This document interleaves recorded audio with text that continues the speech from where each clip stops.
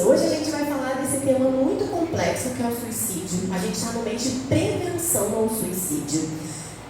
A gente sabe que o suicídio é quando a pessoa ela retira a sua própria vida. E eu imagino que nós tenhamos muitos exemplos de pessoas distantes, de pessoas próximas, de pessoas do trabalho, da escola, da faculdade, enfim. Antes de eu entrar de fato nesse tema e começar a explicar algumas coisas, eu quero dizer que, em primeiro lugar, por favor, façam perguntas, fiquem à vontade. E eu vou começar com duas curiosidades. Uma é sobre o tabu de falar sobre o suicídio. Em 1771, na Europa, foi publicado um livro onde o jovem Werther, se eu não estou pronunciando errado, porque eu não sou boa no inglês, mas onde esse jovem, ele tirou a própria vida. Depois da publicação desse livro, houve um efeito cascata, onde várias outras pessoas repetiram esse mesmo comportamento. Então, nessa época, o pessoal começou a falar, não, a gente não pode conversar sobre esse assunto, não podemos abordar esse tema, porque quando a gente fala sobre esse assunto, outras pessoas vão querer fazer a mesma coisa. A gente tem, inclusive, uma série muito famosa, eu imagino que principalmente os jovens vão conhecer, que é os 13 Porquês. Essa série da Netflix gerou esse mesmo efeito. Muitos jovens, depois de assistir essa série, repetiram o comportamento da protagonista da série. Bom, então a gente vê que é um tema muito delicado e a gente tem que saber falar sobre. Mas aí, também uma curiosidade, em 1994, nos Estados Unidos, o jovem Mike, infelizmente, tirou a própria vida. Mike, ele tinha pessoas ao seu redor e a situação que aconteceu com ele comoveu muita gente. Ele tinha um carro amarelo e ele amava aquele carro amarelo.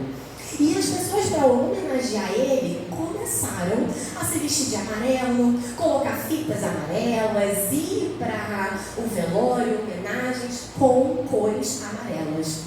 E os pais do Mike escreveram cartões. Na época foram 500, mas hoje já foram distribuídos milhares desses cartões.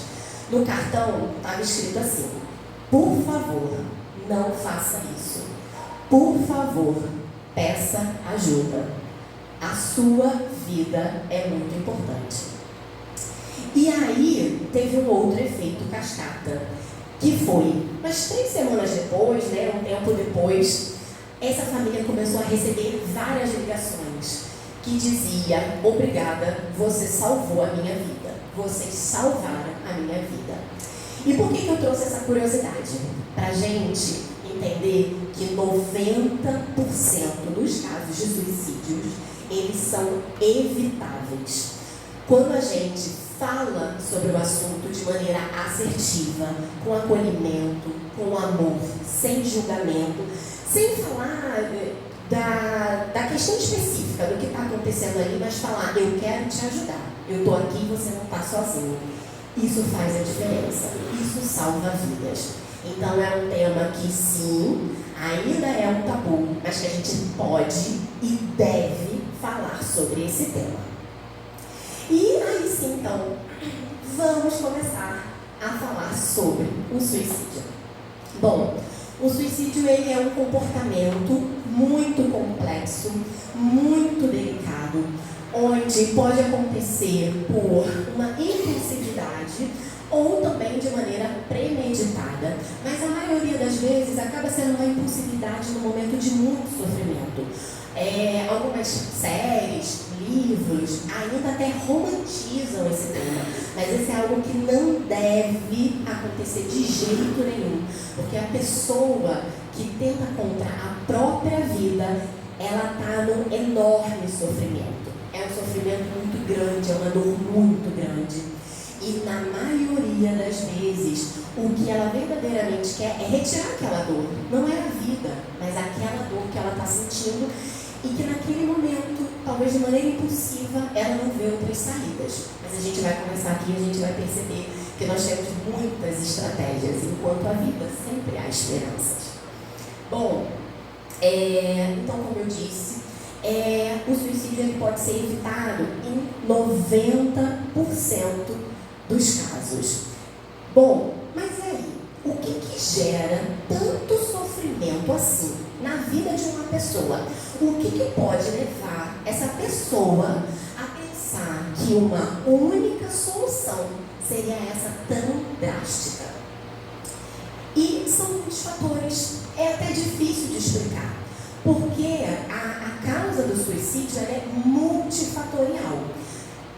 Por exemplo, questões financeiras, questões sociais. Pasmem, os indígenas são um povo que infelizmente recorre muito a esse comportamento, porque são uma minoria, são excluídos, eles têm muitas dificuldades em todas as suas áreas, e então aí está um fator de risco.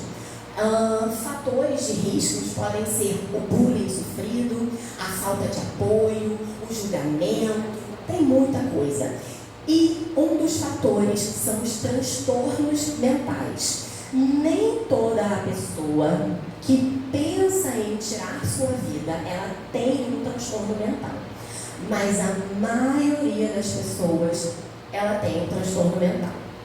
E aí, os principais são os transtornos do humor, que são a depressão, a ansiedade e principalmente o transtorno bipolar. Bom, no mundo, eu não vou me aprofundar muito nos transtornos mentais, porque senão a gente entra num outro tema gigantesco. Mas aí eu volto a ressaltar, vocês podem ficar à vontade para tirar dúvidas, fazer perguntas, seja agora ou em qualquer momento. Bom, no mundo existem 300 milhões de pessoas que sofrem com a depressão. A depressão é mais prevalente nos idosos. A partir dos 60 anos é uma idade que há muita prevalência da depressão, por incrível que pareça, né? A gente acaba pensando muito nos jovens, mas há uma prevalência muito grande nos idosos. E homens dos 20 aos 29 anos são, na grande maioria, quem cometem o suicídio por causa da depressão. Bom, e o que é a depressão? A depressão é um transtorno do humor. É um transtorno do humor onde há uma tristeza constante, um vazio constante, onde há uma visão muito negativa de si, do outro, do mundo e do futuro. Parece que não tem futuro, parece que nada faz sentido, parece que nada dá ânimo, nada dá energia, a depressão ela puxa a gente para baixo e parece que nada mais faz sentido. E assim é a depressão. E a gente sempre pensa, essa tristeza e vazio constante são os principais fatores dentro da depressão. Bom, a ansiedade também, ela é mais um desses transtornos que podem levar ao suicídio. A ansiedade, ela está caracterizada por uma ansiedade muito elevada e preocupação constante, medo constante e até o pânico. Mas vale ressaltar um ponto que mais na frente eu vou falar um pouco mais. As emoções, elas são naturais. As emoções, inclusive, elas estão citadas na Bíblia. Jesus já falava sobre elas. Na criação, nós viemos com as nossas emoções. Elas fazem parte da gente. O problema é quando elas estão exacerbadas. Elas estão tão lá em cima que às vezes aconteceu uma situação muito pequena, muito simples, mas a minha ansiedade me paralisou. A minha ansiedade foi lá em cima. É diferente de ficar ansiosa igual eu fiquei.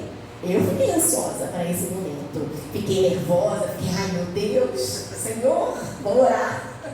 Mas é uma ansiedade natural, porque é um momento importante. Agora, outra coisa seria se eu paralisasse, se eu falasse, não vou vir, não aguento com a minha ansiedade, não vou vir, não quero, e me paralisasse.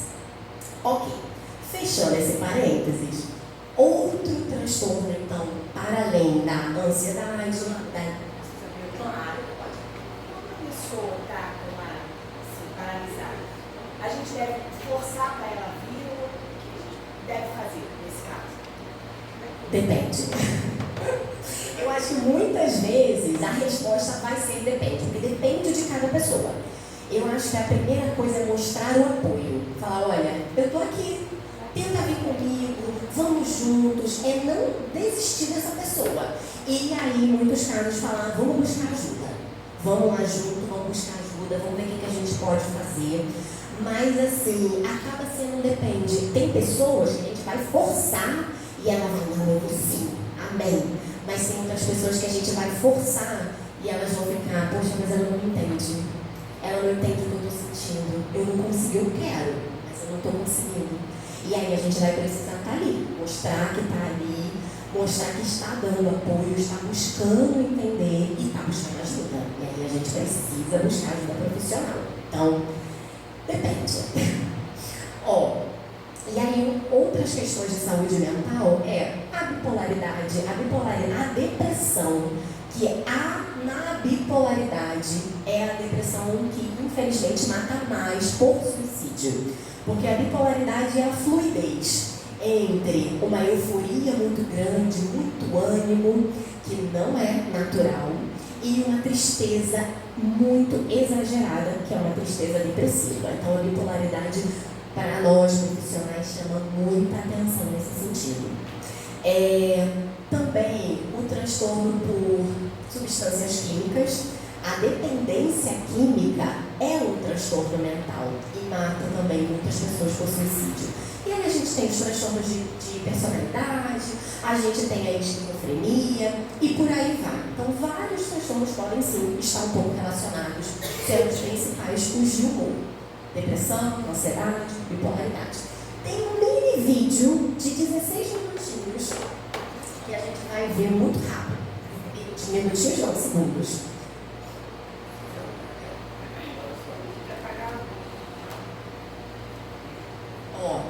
Nesse vídeo, depois até pode repetir ele, né? Tão rápido. Esse vídeo, ele está mostrando o cérebro de uma pessoa com depressão, uma pessoa com TDAH, que não é necessariamente um fator de risco tão alarmante, mas que estava no vídeo, então eu trouxe também, e uma pessoa com transtorno bipolar. Por que eu trouxe esse vídeo? Porque as doenças mentais também são tabu. Porque a gente não entende. A gente fica assim, mas não é coisa da sua cabeça? Ué, mas não faz sentido você estar falando, por que você está tão triste? Por que você está tão ansioso? E a gente estuda. Só que, sim, aí ele diz, é coisa da sua cabeça. É coisa que está na nossa cabeça mesmo, no nosso cérebro, no nosso físico. Uma depressão e uma ansiedade alteram o nosso organismo como um todo. Não é uma questão, mas eu só estou triste. Não, vai além. Porque é uma tristeza natural, todo mundo pode e deve ficar triste, faz parte. Mas uma depressão que paralisa é diferente. E aí o cérebro de uma pessoa depressiva, esse azulzinho com pouca iluminação, é um cérebro onde não tem muitas conexões. É como se ele tivesse adormecido em muitos aspectos, falando a grosso modo, né? Mas é um cérebro que fica com poucas conexões, é um cérebro que fica debilitado. Você vê que uma pessoa saudável, o cérebro está ativo, está atento. Com depressão não. Com TDAH há um exagero de energia. A gente pode pensar na impulsividade do TDAH, na mente muito acelerada. Então tem um exagero aí dessa energia neural. E na bipolaridade tem um excesso de energia, mas é uma energia muito prejudicial para a pessoa. A síndrome do pânico, ela altera o cérebro? Altera sim. A síndrome do pânico. A síndrome do pânico, eu tenho síndrome do pânico, e o médico falou para mim que realmente altera o cérebro. Sim, a síndrome do pânico altera. Todos os transtornos mentais vão alterar o nosso cérebro de alguma forma. Porque você passa a interpretar o mundo de uma maneira diferente. Ou seja, o seu cognitivo está mudando. E assim, muda muito. É impressionante. E o pânico faz parte das depressões. Depressão não, perdão, minto. Faz parte das ansiedades.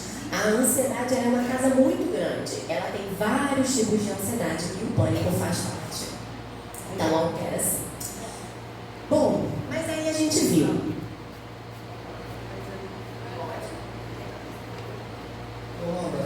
Uma coisa que assim, eu tenho isso para mim, não sei se estou certo ou errado. Eu estou sempre falando para as mães e os pais assim, que deixam os filhos trancados no quarto o tempo todo com o celular. Eu acho que isso também é uma coisa que afeta muito o jovem, né? Eu vejo lá as crianças ficam o tempo todo ali, lá no celular. E assim, aí depois eu vejo que começa depois a vir os problemas. Eu queria saber se eu estou certo ou estou errado. Tá certo. Tem estudos científicos que mostram que atualmente as crianças não estão mais recorrendo à face, a olhar o outro face a face. Elas estão recorrendo muito ao celular. E essa perda, porque assim, a gente recorre ao outro ser humano para se regular, para se tranquilizar, para entender o mundo. Mas quando a gente recorre a um celular, a gente está perdendo muito dessas conexões sociais. Ao mesmo tempo, esses videozinhos que a gente fica assim, ó, passando vídeo, os rios, o TikTok, isso é horrível para o nosso cérebro. Porque a gente está se acostumando a não prestar atenção numa pessoa falando, então a gente perde mais uma vez o social. E a gente está se acostumando a coisas muito rápidas. Então o nosso cérebro, ele é assim, ó, tem que ser tudo rápido, tudo na hora. E ele não consegue. Se eu fizer, vamos dizer assim, um jovem teria muita dificuldade de se atentar por muito tempo à nossa conversa de agora. Porque ele fica mais atento a algo rápido, precisa ter mudança, precisa ser rápido. Então, é muito prejudicial. A curto e longo prazo é extremamente prejudicial, sim. Mais alguém? Pode, com certeza. Vamos lá, agora de perguntas. Eu queria saber sobre o autismo, se ele tem esse pensamento de suicídio, já que ele tem esse pensamento assim, muito rápido e acaba se ajustando também com essa parte do celular também, que acaba formando isso dentro de casa. Eu queria saber sobre esse pensamento do autismo. Ele tem essa vontade de suicidar também. Eu vou responder a mesma coisa. Gente, depende. Depende da pessoa, depende do caso. Pode acontecer qualquer tipo de transtorno mental. O autismo é um transtorno do neurodesenvolvimento. Então, a criança ela já nasce com o autismo e a gente vai descobrir, vai buscar os tratamentos. Só que o autismo ele tem níveis, né? O 1, 2 e 3. Vamos dizer assim, o leve, o moderado e o grave. No nível grave, normalmente é uma criança, um adulto que precisa de suporte. Então tem o nível 3 de suporte. E ela não vai conseguir ter ações por si, por causa desse suporte. Então, por mais que ela entenda que a vida não está fazendo sentido para ela não teria essa ação, porque ela precisa de muito suporte para tudo. No nível 2 e no nível 1, onde a pessoa tem mais o entendimento do mundo, da sociedade, pode acontecer sim a tentativa, a ideação. A ideação é você pensar sobre isso, tirar a própria vida, que não está mais fazendo sentido. Então, é possível. Por quê? Porque há muitas diferenças e a pessoa se sente não conectado, não encaixado, excluído, sofre o bullying.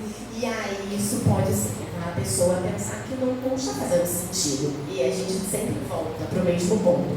A questão do julgamento, do afastamento, do bullying, tudo isso são fatores de muitíssimo risco.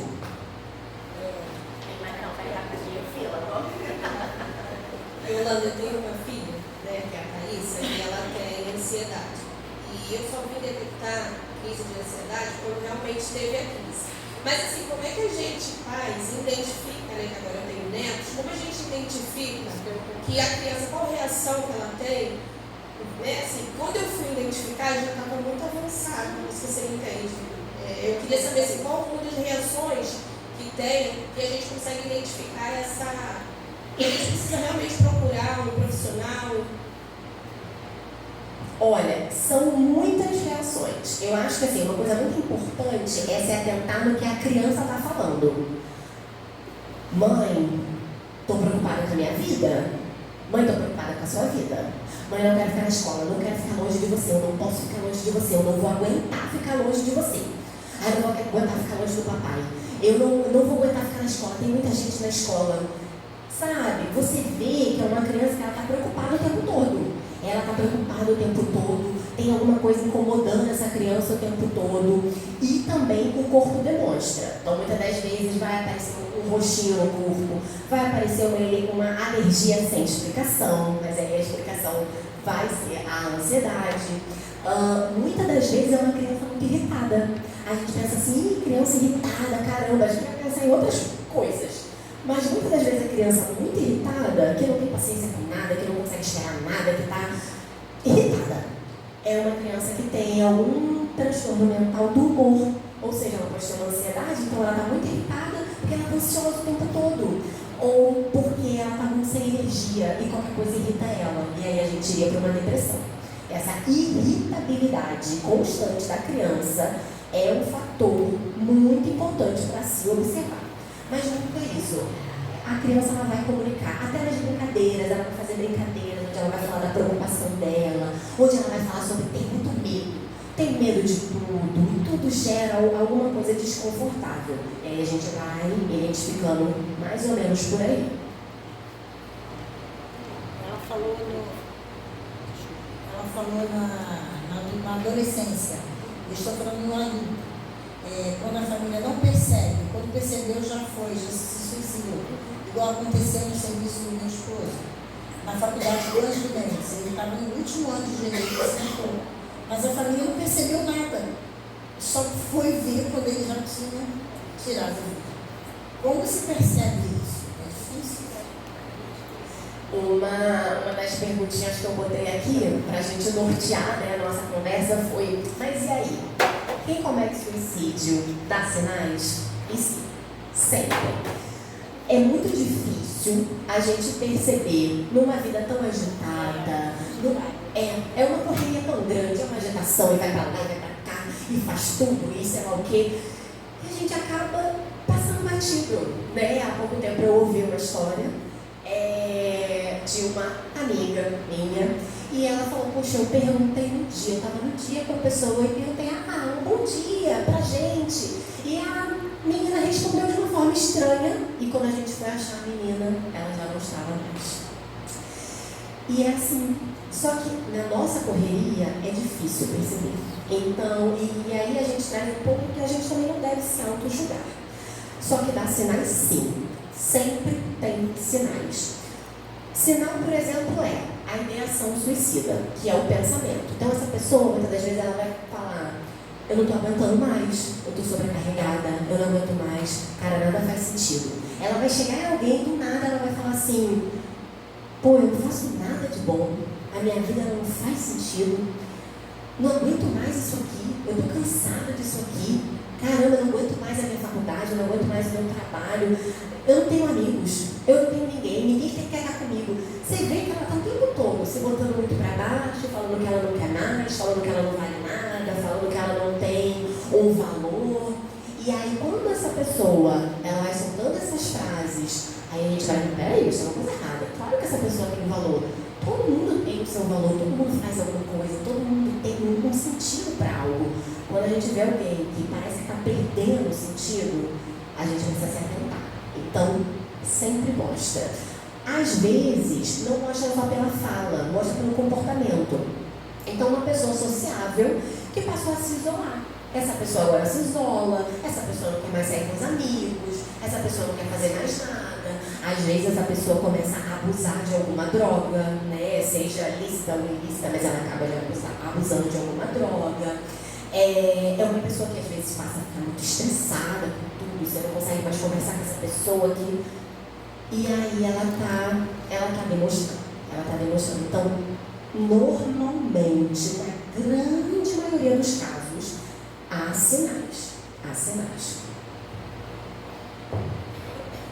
quero saber se a depressão a gente pode controlar. A gente mesmo controla. Olha, depende.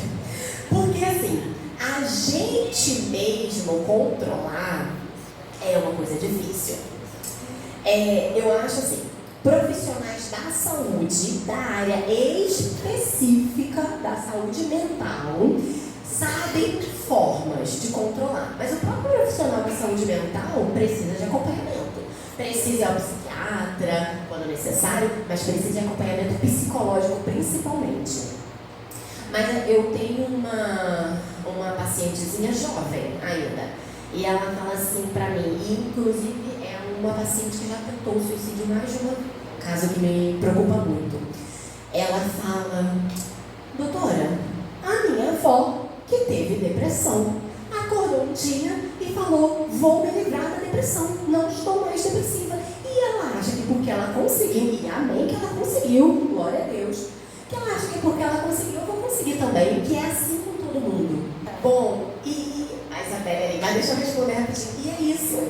Infelizmente, tem muitos profissionais que é um desserviço. Tem muitos profissionais que, em vez de estar ali para acolher, para falar sem julgamentos, vêm com perguntas que não fazem sentido. Vêm com questionamentos e colocações que não fazem sentido. Então, de fato, tem profissionais que a gente fala assim: ai, nunca mais eu quero. Mas eu creio que se um dia for necessário, não vai ser. Mas se um dia sendo necessário para todos, que a gente encontre sempre bons profissionais, porque é necessário que tenha um bom profissional. Mas existe sim, o bom profissional, ele vai trabalhar isso de lidar com a ansiedade, lidar com a depressão. E a senhora falou uma coisa muito importante. De noite, na hora de dormir, vem esses pensamentos de preocupação.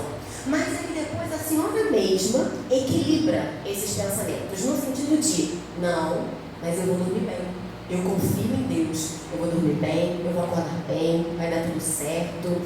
E, claro, e aí a gente volta, são casos e casos. Muitas das vezes a situação está tão grave, os pensamentos estão tão pesados, a gente não consegue ter essa perspectiva do outro lado.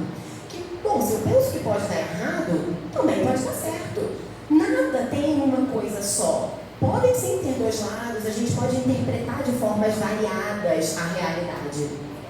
Só que muitas das vezes a gente precisa de ajuda para isso.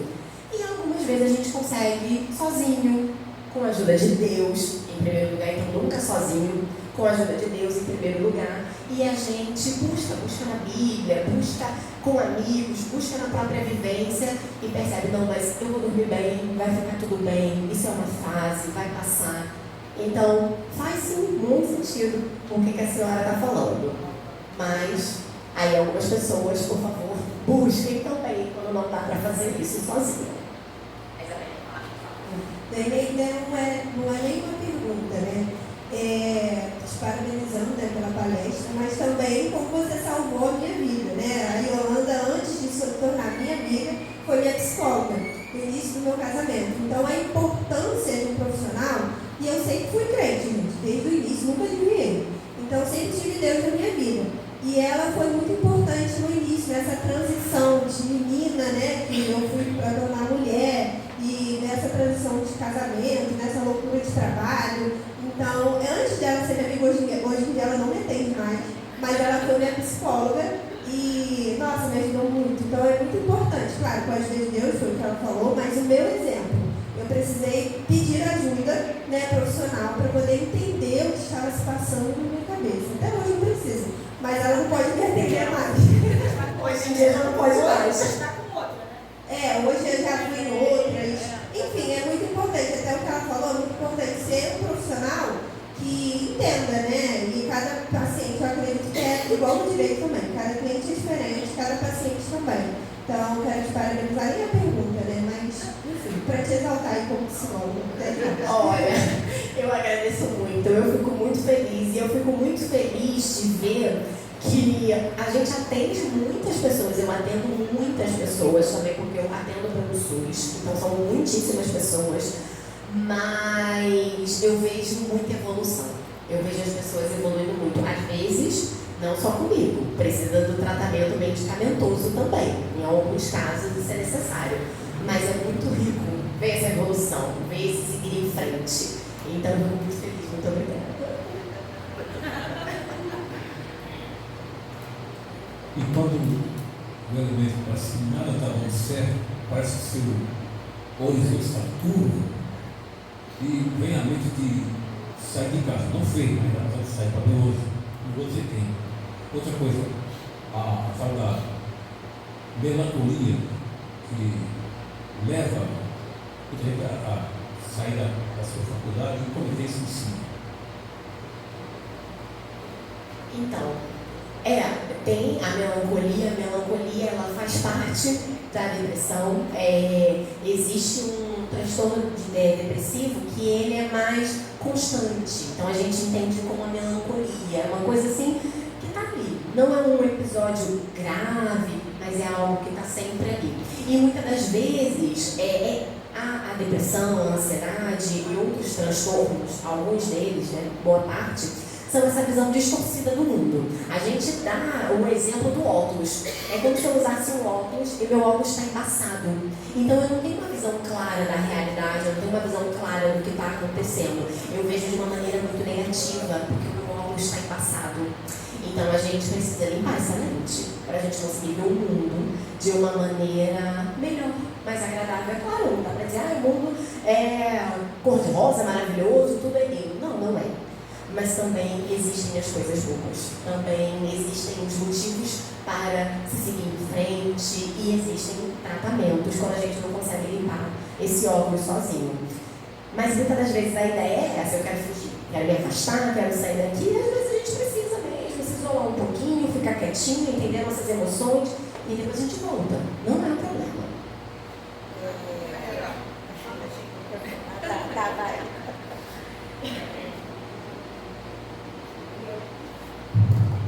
A Yolanda não pode ser minha psicóloga, gente. Se tornei amiga dela, mas temos conversado muito. Eu vou falar sobre um caso que, eu não sei se a Tinha vai lembrar, mas a Débora conhecia, que é uma amiga, muito amiga minha, Jéssica, que eu demonstrava em momento nenhum que ela iria se matar. Ela era alegre o tempo todo, ela saía, ela brincava, ela conversava, ela ia para o salão todo sábado e ficava com a gente. Ela era demais, assim, a gente não percebia essa parte que a gente está falando, ela era demais. E ela, no dia 11 de setembro, no dia do aniversário da minha filha, ela me ligou e falou assim: eu comprei o presente da Isabelle. Eu falei: tá, a festinha vai ser tal hora, em casa. E ela não chegou. Aí no outro dia a Isabelle foi dama de um casamento. Eu falei: gente, mas a Jéssica não deixa o telefone desligado, ela posta tudo. Ela posta que tá no Marralo, tá não sei aonde, sempre postando. Aí foi dia 12. Quando foi no dia 13, eu saí da igreja, recebi um telefonema, o pior telefonema que poderia receber. Ela se matou no dia 11 de setembro. O presente da minha filha estava lá. E ela deixou uma carta, porque ninguém acreditou. Achou que alguém tinha matado ela. E ela tomou chumbinho. Ela tomou umas substâncias e o legista falou que ela sofreu muito antes de morrer. Porque, tipo assim, eu não posso falar para você que ela se arrependeu, mas o legista falou que começou no banheiro e morreu no quarto, um exemplo. Então aquilo ali foi, eu ficava me perguntando, gente, onde eu não vi? Por que eu não vi? Ela estava comigo todo sábado, ela estava comigo ali, ela estava com a gente, ela estava rindo, estava brincando, até a Débora brincava com ela. Não, Jéssica, agora eu vou fazer meu cabelo. Não, mas era assim, ela passava o dia inteiro com a gente. E a outra é aquela que você citou aí, que é uma amiga de trabalho. E outra coisa, que é assim, se matam no setembro, que é o mês da prevenção do suicídio. A minha amiga vai fazer um ano agora, dia 14, que eu tomei café da manhã com ela no hospital. E falei assim: Carlinha, vai pra onde agora? Ela falou pra mim que vamos ter um bom plantão, né? Pra você sim. E eu não entendi aquele pra você sim. Porque pra mim aquele pra você sim que eu ia ficar 24 horas e ela fazia só 8 horas, que ela era diarista. E sumiu. E quando achou, ela estava dentro do carro que tinha tirado a vida. E também a mesma coisa. Sorridente, trabalhava muito, trabalhava em vários lugares, mas uma coisa eu vou falar para vocês: as pessoas não acreditam, mas a enfermagem está doente. A enfermagem está doente. Mas é porque a gente acaba pegando aquilo ali para você. Você acaba entrando na história do paciente. E os psicólogos do hospital não dão suporte pra gente. Não dão. É uma situação, aí a gente volta, né? É um comportamento muito complexo e muito delicado. A grande maioria das pessoas, elas vão dar sinais, pelo menos para alguém, elas vão dar algum tipo de sinal. Mas existem esses casos, né? Pessoas que parecem que estão muito bem, muito animadas, muito para cima, muita alegria. E a pessoa intensa demais também já está dando sinal, né? É isso, a pessoa intensa demais, ela dá um sinal. Você vê que tem muita euforia ali naquela pessoa, ela está sempre muito. Isso às vezes chama atenção, a gente tem que tomar cuidado com isso também. Mas, e muitas das vezes quem tem toda essa intensidade faz para camuflar muitas coisas. Só que isso, um olhar profissional talvez identifique, mas um olhar de um amigo, de um familiar, talvez não vai, só vai pensar, poxa, mas ela está tão bem, ela está animada, que ótimo. Porque infelizmente, e aí, para quem fica, também tem muita dor. É muito sofrimento para quem fica. E querendo ou não, a gente se culpa de alguma forma, porque eu não vi, porque eu não fiz, eu devia isso, eu devia aquilo. Mas não, também não, a gente também não deve entrar nisso de se culpar. Porque a gente busca fazer o melhor. A gente busca estar ali, a gente busca fazer o melhor. Isso aqui que a gente está fazendo hoje já é buscar fazer o melhor. Buscar entender para poder acolher pessoas, para poder ou escutar com mais atenção algumas pessoas. Eu estava falando sobre síndrome do pânico. E a mente das pessoas que não acreditam nas doenças da mente. Eu sofri muito, porque as pessoas falavam que era frescura minha. Eu, professora, chegando na escola, já medicada, né? Olhando aquele povo lá todo, mais de 1000 alunos, eu passei mal. E a diretora falou para mim que era frescura minha. E ninguém acreditava em mim. E aí eu passei a um psiquiatra, hoje eu me controlo, mas eu tomo medicamento. Mas as pessoas não acreditam. Ah, isso aí vai melhorar, isso aí não existe. Entendeu? Isso aí é coisa da sua cabeça. Da sua cabeça. Para de tomar remédio, você vai conseguir. Não consegue. Muitos casos, a gente precisa tomar um remédio realmente de maneira contínua. Tem transtornos, não seja o caso do pânico, tá?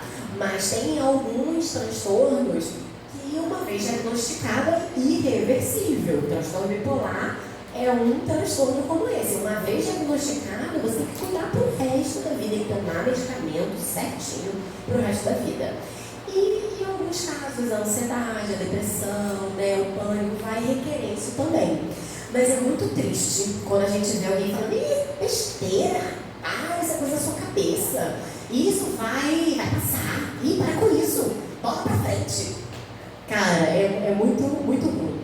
Para quem sente é horrível, para o profissional que entende que não é isso, não é, bola pra frente vai passar. E aí acontece muito essa questão, mas é falta de Deus, vai orar. Vai orar. Você não é da igreja? Vai orar, minha filha, é falta de Deus, está endemoniada, tem que orar, ora mais. E isso é muito triste, né? E a gente acaba se cobrando, a gente acaba se culpando, falando, meu Deus, será que eu estou orando pouco? Deus, onde eu estou errando? Senhor, o que eu estou fazendo de errado? Mas não é nada de falta de Deus. Eu trouxe um versículozinho para o finalzinho, né? Daqui a pouco a gente vai colocar. Já tive uma aula sobre Elias, que passou pelo processo também, né? E não foi um processo fácil, tive uma ótima aula sobre. E estava ali com Deus do lado o tempo todo. Deus nos criou perfeitos e nos criou como nós somos. Se a gente for parar para ver na Bíblia, tá lá, Jesus sofreu, sentiu muita tristeza, sentiu muita angústia, muita aflição. E nunca teve falta de Deus. Jesus nunca teve falta de Deus. Então, esse senso que foi se criando de que os transtornos mentais são falta de Deus, é falta disso, é falta de querer, é falta de vontade, é só você levantar. É um desserviço. É muito ruim. Tanto que aí a gente pensa, né, em alguns exemplos. Por exemplo, uma pessoa que tem pressão alta, e a gente sabe que ela tem pressão alta, que a gente vai ferir a pressão, tá lá. Ela vai tomar medicamento. E uma pessoa que tem uma questão de saúde mental vai também tomar medicamento. É uma questão do corpo também, é uma questão do físico também. Um dos pontos, né, rapidamente voltando para a questão do suicídio, é essa parte do tratamento onde a gente vai buscar ajuda. Os tratamentos hoje são cada vez mais eficazes. Então a gente precisa buscar ajuda. E a indicação é que se houver um caso muito grave, a gente vai para a emergência. Assim como a taquicardia, estou com uma dor no coração, pode ser de ansiedade, pode ser de um infarto, mas a gente vai para a emergência. Ai, quebrei quebrei minha perna. Ai, vou ficar em casa porque vai passar. Ih, vou pegar amanhã, vou levantar ótima. Não, gente, a gente vai para a emergência. Se eu estou me sentindo mal internamente, a indicação é vá para a emergência. Se você está se sentindo muito mal, no extremo, você vê que a situação ali está terrível, seja por uma questão de ansiedade, seja uma questão por um surto de algum aspecto, seja por uma questão de depressão, então uma tristeza muito profunda, com muitas ideias negativas sobre a própria vida, com ideação suicida, vá para a emergência. E é isso, assim como uma doença física, é uma doença mental. O nosso físico e mental, eles não se dividem. Eu não tenho como, vou tirar meu cérebro aqui do meu físico, é uma coisa, vai separar. Não tem, nós somos um só, é um corpo só. No nosso mental está aqui, o nosso físico está aqui, claro. Fator de risco são doenças físicas, fator de risco para alguns transtornos mentais e fator de risco também para o suicídio são doenças físicas. Então, infelizmente, né, um câncer, uma doença terminal, uma doença degenerativa, doenças graves, acabam sendo fatores de risco. Aí você vê, o meu físico está abalado e a minha mente passa a ficar abalada, porque é uma junção. Uma doença mental vai abalar o físico também. Então, é sempre uma junção. Essa coisa de falta disso, vai lá.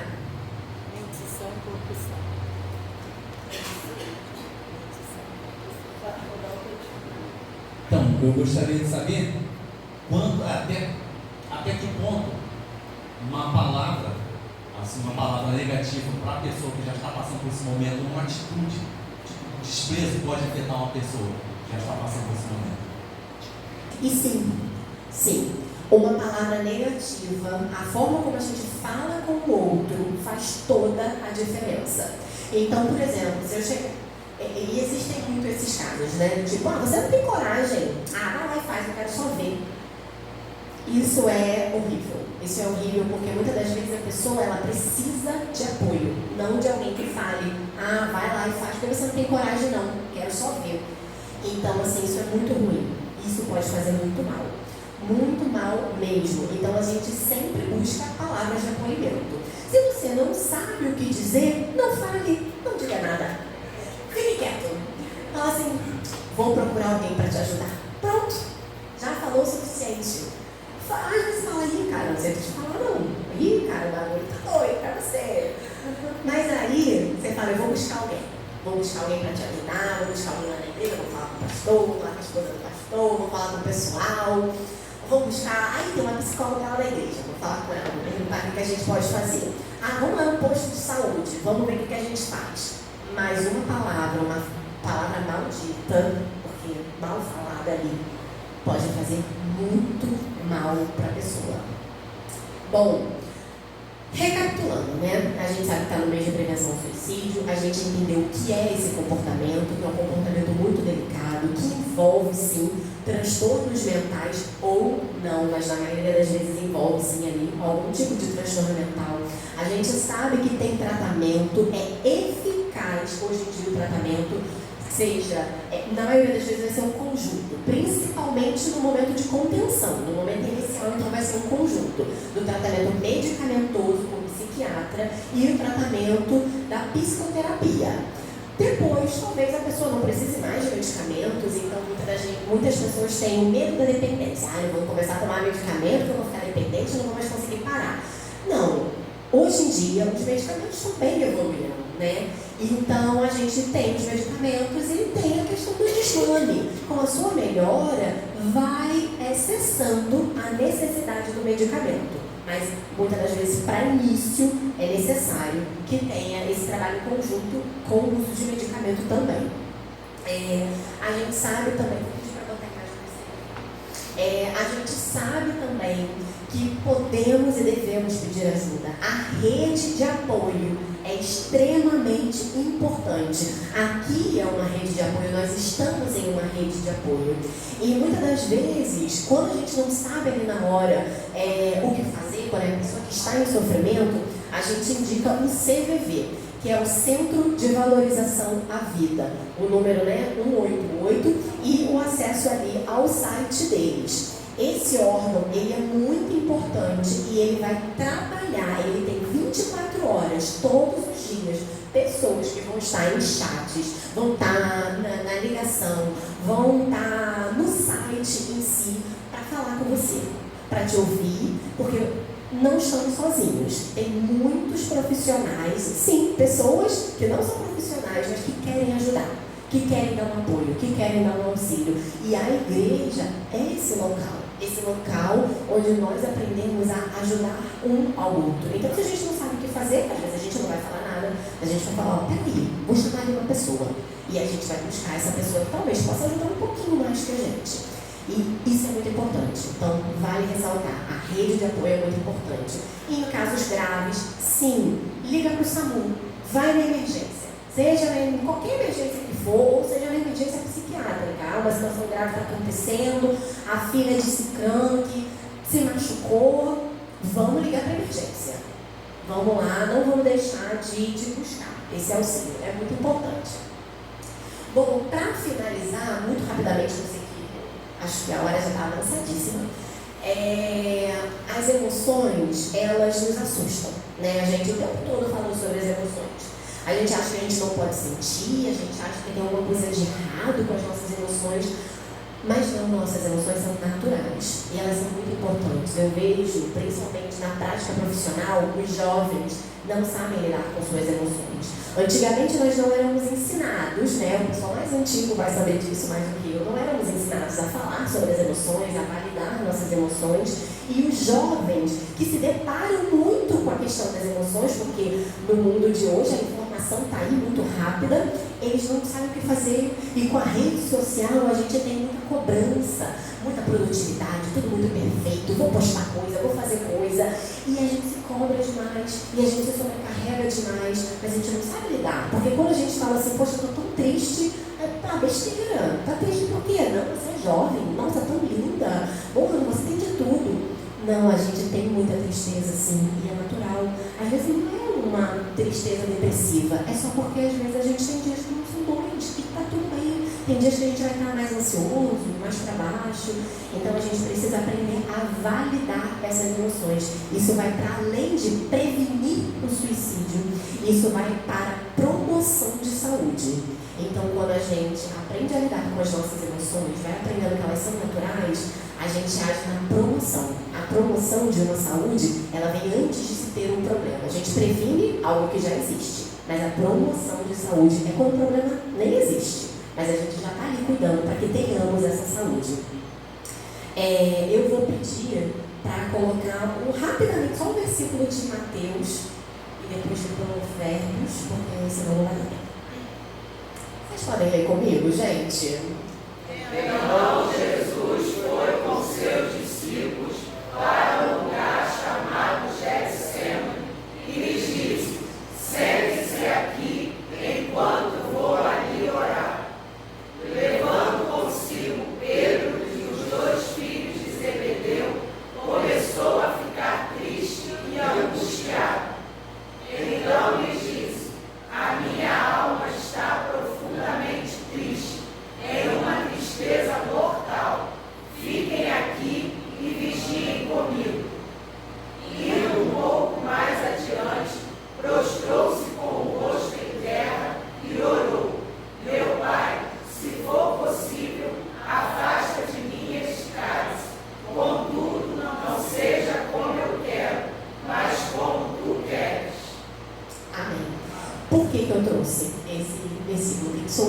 não tenho destreza para falar sobre a Bíblia, mas porque Jesus passou por um grande momento de sofrimento e sentiu muita tristeza, uma profunda tristeza.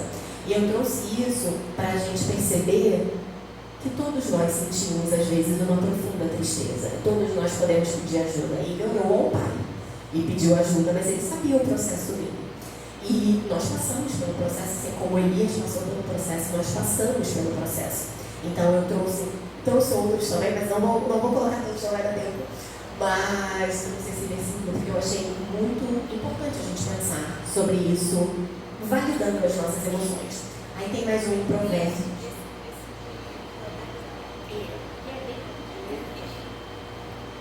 Vamos juntos. A ansiedade oprime o coração do homem, mas uma palavra bondosa o anima. É isso, e aí foi o que o Cleiton falou, no sentido de que uma palavra negativa pode oprimir mais ainda o coração do homem, mas uma palavra bondosa pode ajudar muito. E aí a gente vê mais uma vez, a ansiedade está ali, ela está citada na Bíblia também. Nós sentimos, temos, é uma emoção natural como todas as outras.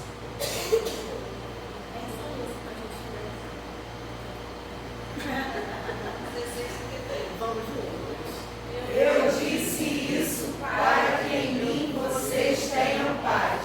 Neste mundo vocês terão aflições. Contudo, tenham coragem. Eu venci o mundo. Amém. É isso. Aqui, a igreja, Deus, em primeiro lugar, é a nossa rede de apoio.